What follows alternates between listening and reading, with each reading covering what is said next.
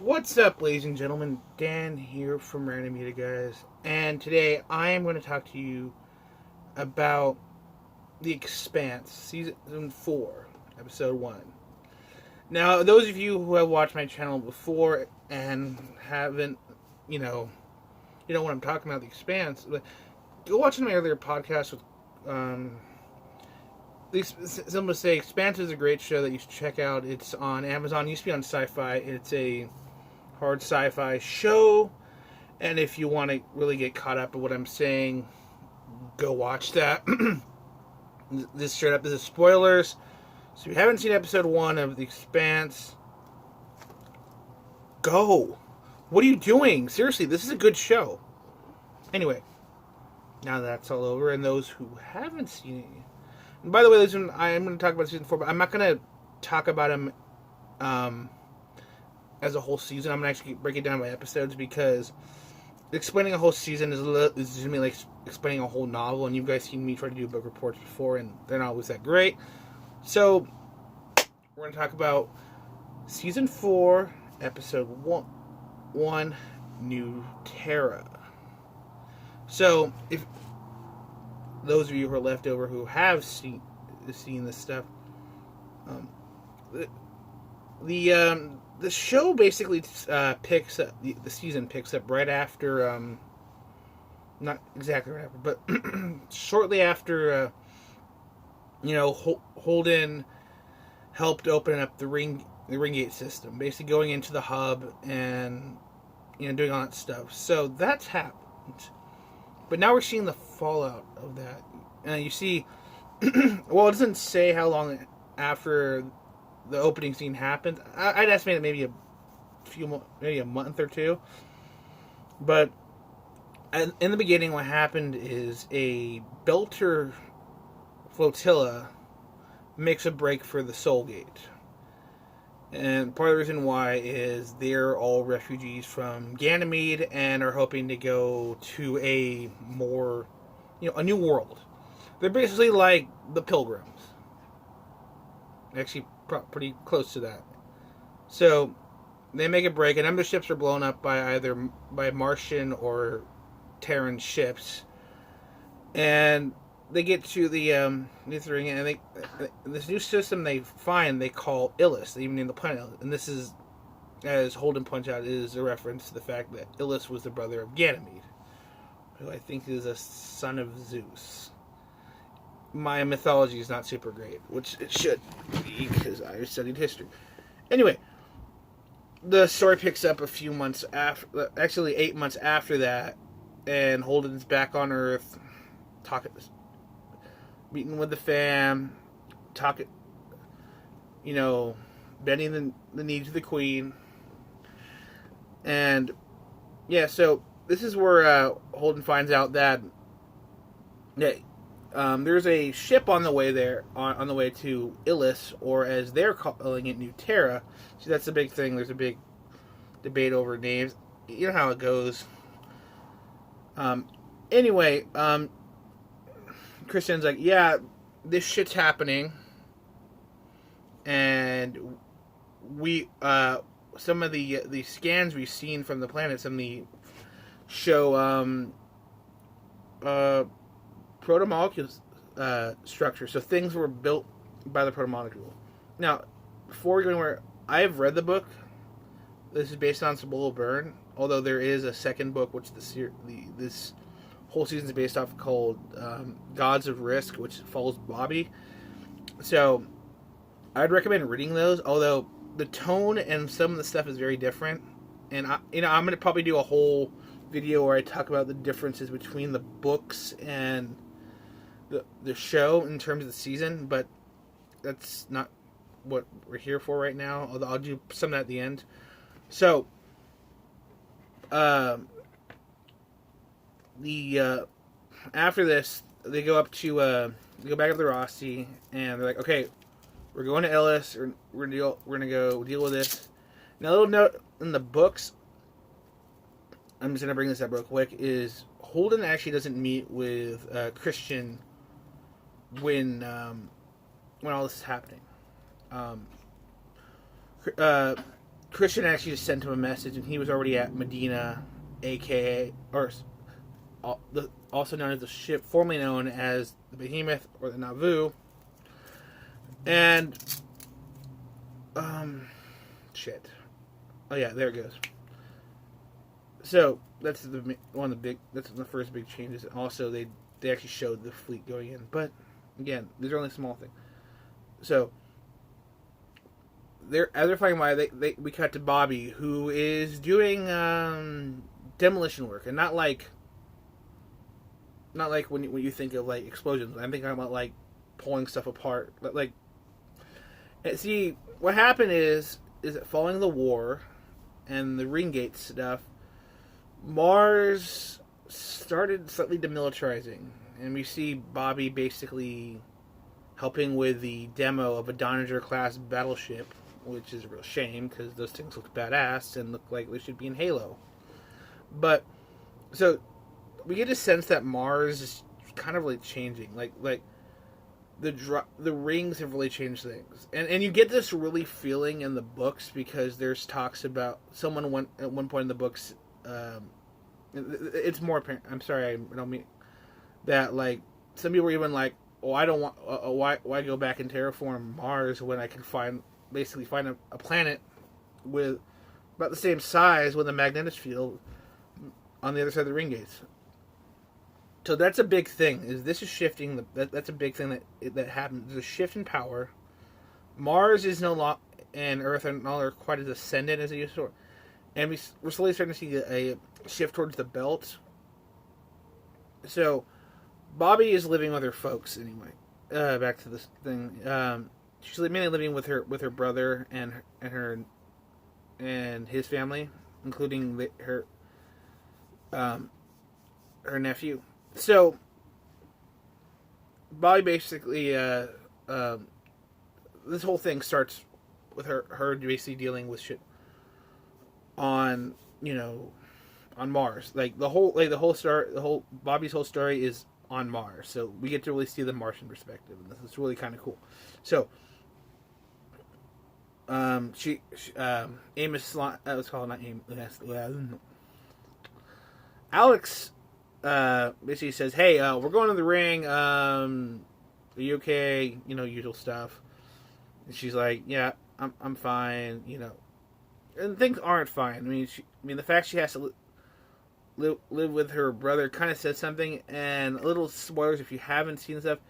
We kind of find out she was dishonorably discharged after the whole incident on aboard Medina, which I don't see why that happened because she was trying to talk down. She was trying to de-escalate a situation. Her crew technically committed insubordination, and she didn't actually want to hurt anybody, but she was trying to stop, so that was when I was like, why the fuck did that happen? And it makes you kind of pissed for Bobby, because, no, she deserves that, proper reinstatement that she got. So, we find, the Roshi's slowly moving towards runs into the ring and into Medina. We also get to see some other stuff that wasn't in the book, which I actually really enjoy. And we just see what's happening with kind of in the belt. This is a lot of stuff that was kind of left out in the books, but I was glad they brought this in because we just see a lot of what, again, I said, see what's going on Mars, which is really interesting, and so we're getting all three aspects of how the rings are affecting humanity. And what's interesting is you have people like Ashford and Drummer who are kind of willing to work. Their factions are more willing to work with the inners, as they call them. But you can kind of see that Ashford and Drummer are getting kind of a bad taste in their mouths, having to essentially stop Belters from doing what Belters usually have done for ages, which is piracy. Like they're attacking actually members of the OPA who aren't aligned with Fred and Anderson Dawes, are attacking not convoys, colony ships, who are basically being prevented from going through the ring because they need to make this shit is safe. Like, and that's actually kind of Christian's position. That's what she's actually kind of pushing. Is like, we need to do this, but we got to do it safely because we don't want people to get hurt. And to be fair, she's right because the civilization who built the rings made the protomolecule, which we all remember what happened with Eros. And in season 2 /3 with Project Caliban. So there's like we understand why she's freaked out. So the ship carrying the some Earth scientists to Illis, which they're calling New Terra. This is a research group who are like, or they're basically now in the book they're supposed to be like they're like, hey, we actually have a colony right here because there were some people. So there is some there, but as the Edward Israel's shuttle is going to land, we suddenly a bunch of shrapnel comes or something comes ripping through their ship, and they have a crash landing, and like 23 of their people die.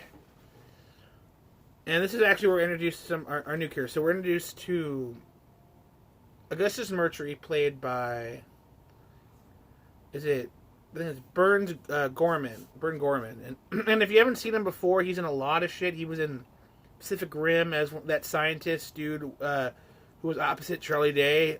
He was in Turn, which was a really freaking amazing show. He was also in, I think, Man the High Castle, some sort of like Nazi hunter, some bounty hunter who hunted Jews. By the way, that is a great series.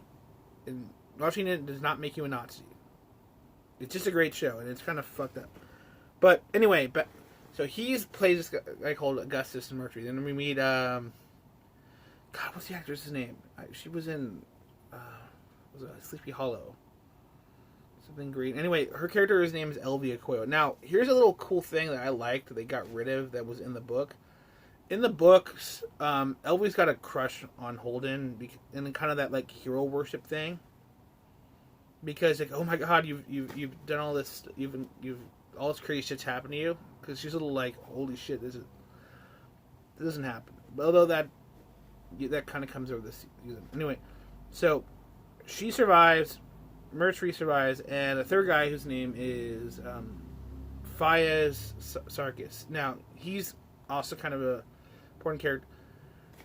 Now, the Belchers who are already in the already on Illis come and go and help out the injured, and so we're not quite sure what's going on now.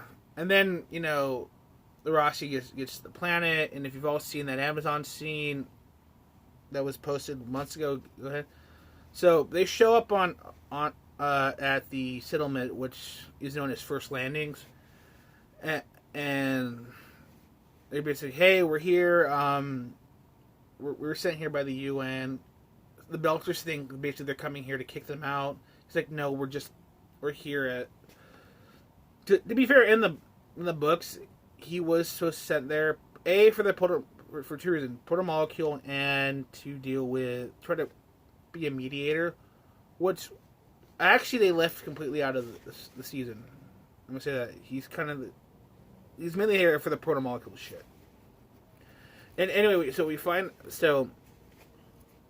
after that these flying like blade things come down and like attack First Landing, and and we're not sure what they are, and there's thoughts that this might be what brought down the Edward Israel's heavy shuttle, so like a big ass shuttle meant.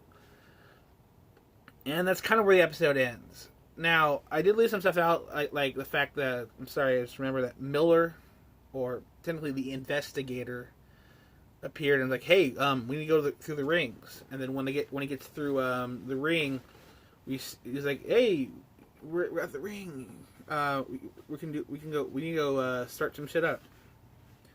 So as I said, I'm not going to spoil the rest of the season. I'm going to talk about the rest.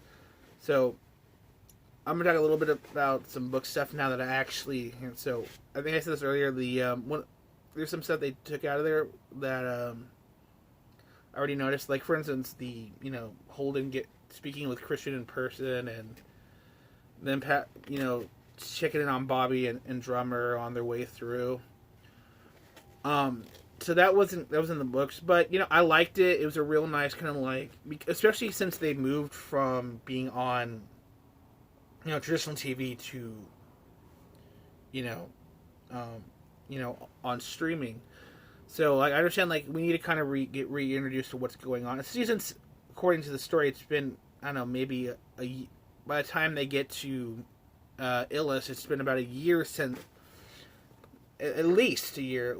Although, they never actually said how long it took to get to Illis, but my estimations based on the fact that in one episode they referenced that the Rocinante is about 2 months out from any other ship. So I'm and the closest ship is basically a Truman class like battleship. So I'm guessing that's like.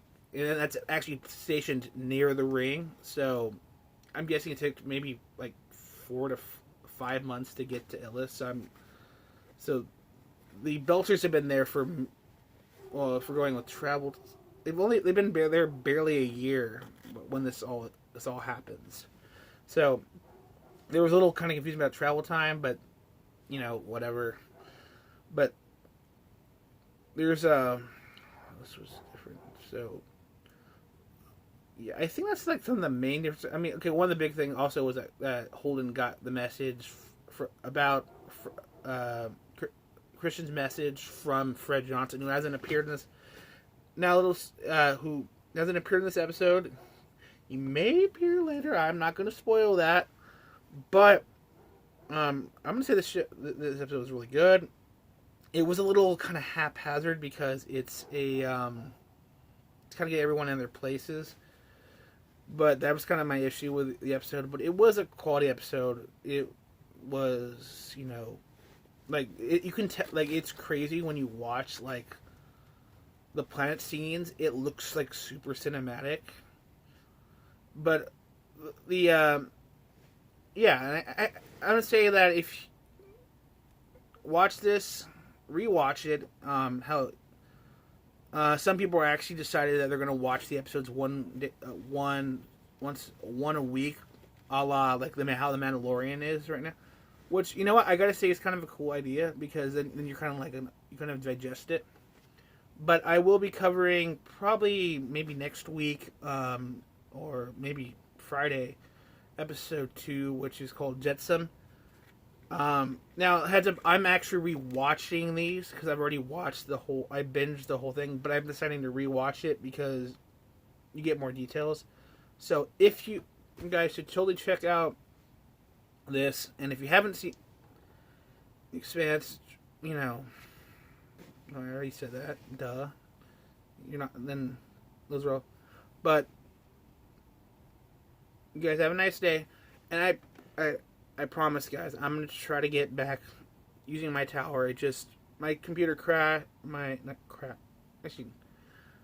my motherboard or my CPU, I'm still not sure which one, because even though I looked at them both, is sorted out, so I need to wait a few weeks or a month till I get some Christmas. But by that time, I hope to be doing more videos in the office. Anyway, guys, thank you for watching.